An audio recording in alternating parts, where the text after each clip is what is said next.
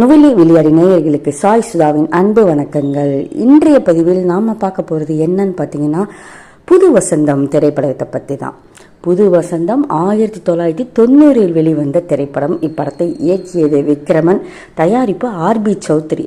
குறிப்பாக ஆர்பி சௌத்ரி அப்படிங்கிற பெயர் எல்லோரும் வெகுஜன மக்களுக்கு கூட தெரிந்து ஆர்பி சௌத்ரி படம்னா போக ஆரம்பிச்சது இந்த புது வசந்தம் படத்தில் இருந்து தான். புது வசந்தம் ஏற்படுத்திய ரெக்கார்ட்ஸ் நிறையன்னு சொல்லலாம். என்னென்னு பார்த்தீங்கன்னா, 4 ஆண்கள் ஒரு பெண் சேர்ந்து தனியாக இருக்கிறாங்க, நட்பாக இருக்கிறாங்க அப்படிங்கிற ஒரு புது ட்ரெண்டை உருவாக்கிச்சின்னு சொல்லலாம். இல்லை, 4 ஆண் ஒரு பெண் சேர்ந்து பாலைவன சோடை கூட ஃப்ரெண்ட்ஸாக இருக்கிற மாதிரி காட்டியிருக்காங்க. ஆனால் அதில் ஒருத்தருக்கு ஹீரோயின் மேலே காதல் வந்துடும். அது மாதிரி நிறைய படங்கள் வந்திருக்குது. ஆணும் பெண்ணுமா நட்பாக இருப்பாங்க நிறைய பேர் கூட, ஆனால் யாராவது ஒருத்தர் கூட மட்டும் காதல் வரும். அது கை கூடலாம், கை கூடாது, இப்படிலாம் நிறைய படங்கள் வந்திருக்கு, இன்னும் வந்துகிட்டே இருக்குது. ஆண் பெண் நட்பை பற்றி இன்றைக்கு எவ்வளோ சகஜமாக பேசுகிறோம். ஆனால் 4 ஆணும் ஒரு பெண்ணும் சேர்ந்து இன்றைக்கும் தனியாக இருக்க முடியுமா?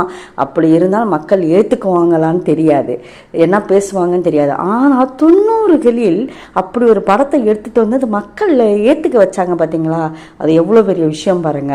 அந்த மாதிரி நட்பாகவே முடிச்சது அந்த ஒரு திரைப்படம் மட்டும்தான். அதுக்கு முன்னாடியும் கிடையாது, பின்னாடியும் கிடையாது அப்படின்னு நான் நினைக்கிறேன்.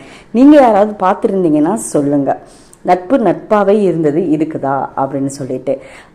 அந்த படம் உருவாக்கிய தாக்கம் இன்றைக்கும் அவ்வளோ ஒரு போய் பார்த்தீங்க அப்படின்னா, இது பழசுப்பா அப்படின்னா யாருமே சொல்ல மாட்டாங்க. அன்னைக்கு இருக்கும், அன்னைக்கு ஏற்றுக்கலாம் அப்படின்னு சொல்ல முடியாது.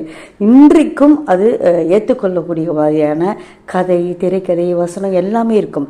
இசை S.A. ராஜகுமார். பாடல்கள் எல்லாம் அப்படியே அப்படியே கேட்டாவே புத்துணர்ச்சியாக இருக்கும்.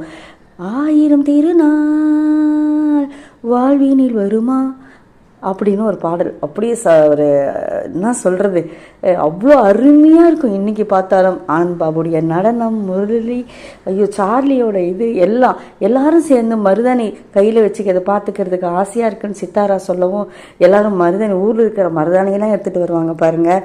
அதாவது ஒரு கைக்கு எவ்வளோ மருதாணி தேவைங்கிறதும் அவங்களுக்கு தெரியலைங்கிறது ஒன்று வச்சுக்கலாம். அந்த அன்புக்கு அளவு இல்லைன்னு சொல்லலாம். இப்படி அப்படி அந்த முடிவும் யாரையும் எதிர்பார்க்க முடியாது. எனக்கு நட்பு தான் முக்கியம் அப்படின்னு சொல்லிட்டு அவங்க நிச்சயிக்கப்பட்ட திருமணத்தை விட்டுட்டு இந்த நட்புக்கு வந்துடுவாங்க, நண்பர்கள் கூட இருக்கிறேன்னு வந்துடுவாங்க. அப்படியும் ஒரு ட்ரெண்ட் செட் பண்ணாங்க. எப்பயும் ஒரு ட்ரெண்ட் செட் பண்ணால் அதுலேயே பல படங்கள் வரும்.